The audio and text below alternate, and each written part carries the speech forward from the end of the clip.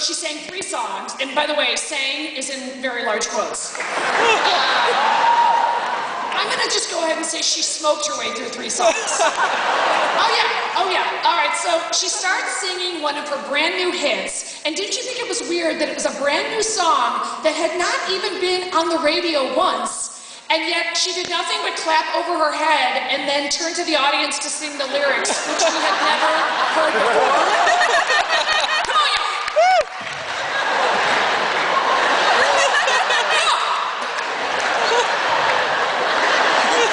And the poor guys in the audience are like, girl, I don't know this one.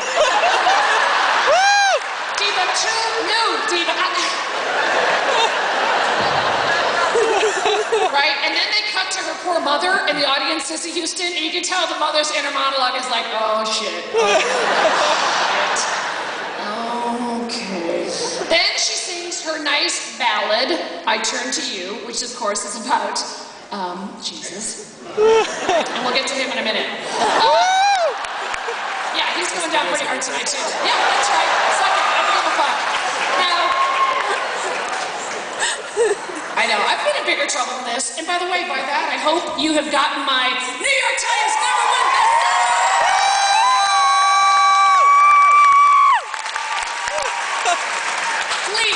Please help me outsell Sarah Palin's book. Please.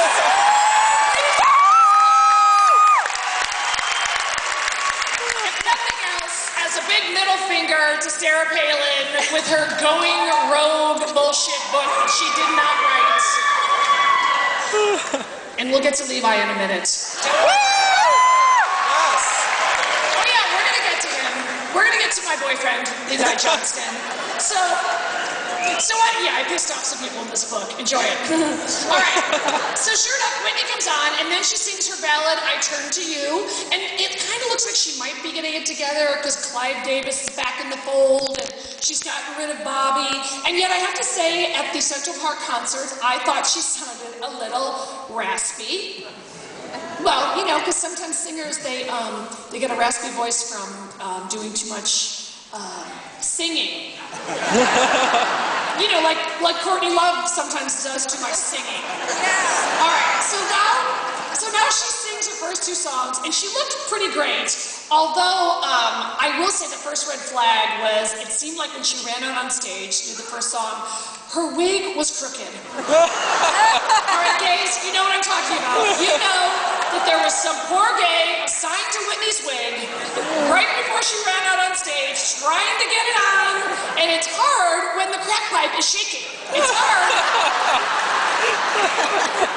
to keep the wig on when all you hear is, oh.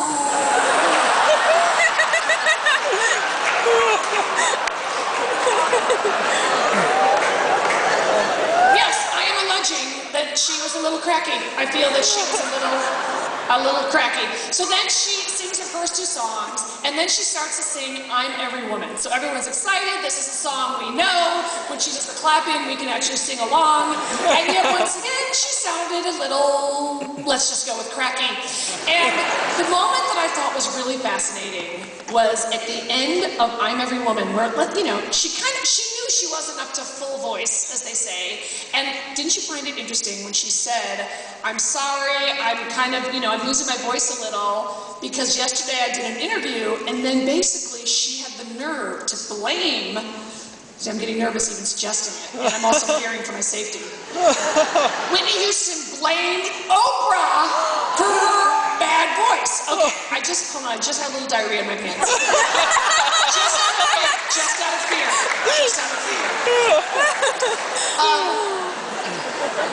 Dr. Oz told me it's fine. He said it's totally fine. Totally, because we all want to poop like Oprah. Isn't that the point of Dr. Oz?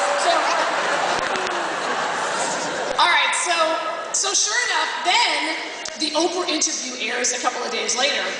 Although I will say I did love Diane Sawyer's introduction of Whitney Houston in Central Park, because you have never seen such a Caucasian person in your life as Diane Sawyer saying, and now give it up and holla, shout out for my homegirl, Whitney Houston. All right, so now Whitney barely got through the Good Morning Morning America, and you know Diane Sawyer tried to fucking get in there. Did you see that? In the middle of Central Park with Whitney's pusher fucking rustling through the bushes. I think I saw him, I really did. And sure enough, she's up there on the rise there in front of all these thousands of people in a park, and then Diane goes up to her and says, on the microphone, "I was very worried about you, my old friend." You saw that, right? And then you can tell Whitney, even her crack haze, was like, "Say what? Like, I didn't fucking sign up for this shit, you know? We're not talking about the crack is whack now."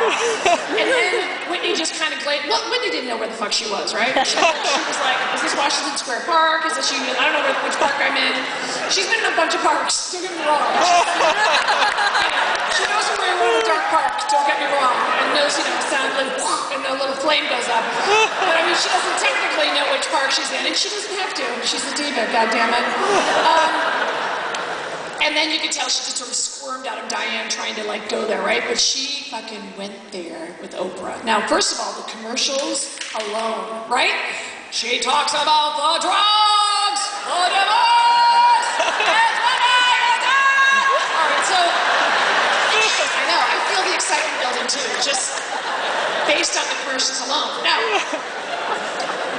I'm gonna be honest. The first thing that made me super excited when I saw the Oprah Whitney sit down was the fact that she's back. Big giant fat Oprah is back. Yes! My favorite! All the Oprahs. There's white lady Oprah, there's short hair wig Oprah, there's skinny Oprah, there's ghetto Oprah, there's big giant fat Oprah. If I had to pick an Oprah, and it's very difficult, I love Big lady fat Oprah. I can't help it. I do. I do. I think it's what humanizes her because she really is kind of superhuman. And the one thing that makes her a human being to me is the fact that with all her money, all her wealth and power, she just can't fucking take the pounds off. I love it. You can't buy that. You can't buy it. I love it. It makes her a human being. And even with all the trainers, and you know, it just. Isn't it awful when Oprah has to sit there and listen to these fucking skinny, horrible actresses talking about their fucking concocted diet plans? Isn't it? You know, it just kills her. When Oprah's got to sit there with fucking Gwyneth Paltrow, who's a skeleton with blonde hair, no more, no less.